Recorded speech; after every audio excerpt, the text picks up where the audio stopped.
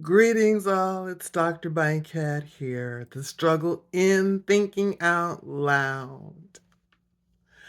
So, some of you may have caught the recent series that I started, Who the F Was My Friend?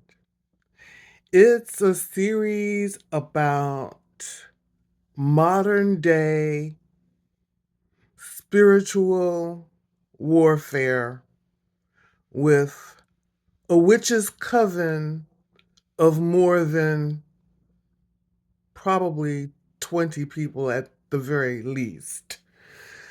And many people are wondering if this is really going on in today's world.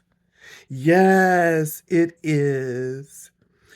And for myself personally, I never really entertained the prospect of having a witch put a spell on me. And I've tried to explain how I discovered it. And I've tried to understand how it was possible that I could have been a friend with someone that was a witch for nearly, if not more than, 40 years. And when I found out, I look back in retrospect, hindsight is 2020 vision. And I looked back over the last 40 years and I saw the signs. I've called them dots. I never connected them, but I saw them. I never connected them. Of course, in seeing them and making a note of them, I never forgot them. So when the time came to suspect or to suss out the suspect, all I had to do was connect the dots. It wasn't hard. It didn't take long. It was really quick, actually, because there were signs, and I shared some of the signs in a previous video, but the inclination to whisper and gossip about others, to complain about everything and everybody.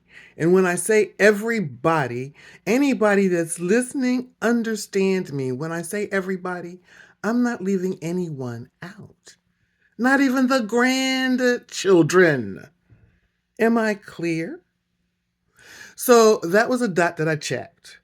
It was the gossiping, the whispering, and it was whispered. It was always whispered. It was never like dramatic. It wasn't like, can you believe that Mary Jane is sleeping with Bobby's husband? No, it wasn't anything like that at all. It was like, I'm a little bit concerned about my friend Mary Jo. You know, Mary Jo's having a difficult time right now. Mary Jo thinks that she's going to get what she desires, but she's not looking at the bigger picture. What do you think? And so I saw it, but I didn't really put it all together. I just, it was like, it was natural, it seemed to me, for someone to have concern for their friends. But there were other dots that I began to connect. And that showed me that the person I was thinking of as a friend was disingenuous and duplicitous and lacked integrity. Yes. But the interesting thing was that she liked to always highlight, as she was whispering, she liked to highlight that so and so was not integrous. It's like deflecting. And this is what shapeshifters do. They smile in your face all the time. They want to take your place. The backstabbers. Backstabbers. Yes, indeed, the backstabbers. And so, connecting all the dots, it was easy for me to figure out who it was. And then, as someone who is often considered a conspiracy theorist, I was aware that the wicked people always disclose what they're going to do before they do it. Therefore, they have no no fear, I would say, no fear of karma because they warned you. And if you didn't pay any attention to the warning, then hey, we told you so. You should have listened. So I said to myself, well, if it's a tactic that the wicked use, perhaps it's a tactic I should use. So in my next conversation with the witch, I informed her that I found out there was a witch in my friend group. And of course, in proper shapeshifter form, she deflected. Yeah.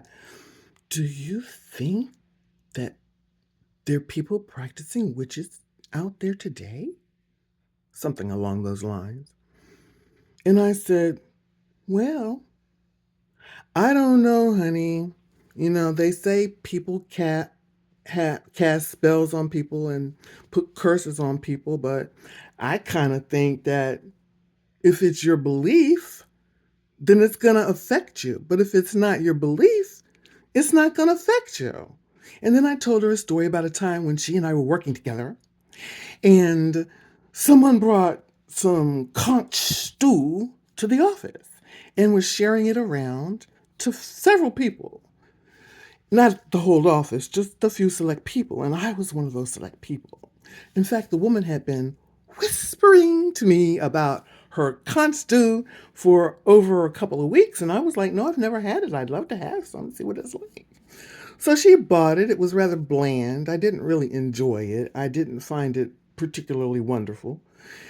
But I'd eaten it and it was all good as far as I was concerned. She brought it. She said she was going to bring it. I tasted it. It was okay. It wasn't anything I'd brave about, but you know, I can check that off on something I've had and tasted. Anyway, subsequently to that, one of my coworkers came to me and she said, you didn't eat that stew, did you? And I said, yeah, as a matter of fact, I did. And she said, well, I can't even remember the woman's name. She said, I think she's a witch and I think she put a spell on that. I said, really? I said, oh, well, it's too late. I've eaten now. She said, well, aren't you afraid of what might happen? I said, well, no, not actually, because I don't think that a spell is going to work on me anyway, because I don't believe in that stuff. So she went on off her merry way. I did notice, however, that the woman that was whispering to me about how wonderful her conch stew was for over a week began to avoid me in the office. So I guess it's possible that she was a witch, but her curse never affected me. Yes. All right, this is Dr. Bankhead at the Struggle Inn. I've been struggling for over 40 years now because witches had spells on me. But I'm grateful because I am fully great and you can be too. That's right. All right. Please come back and visit with me again sometime. And I'll see you in the next video. Check, like, subscribe, and comment, please. I look forward to reading them.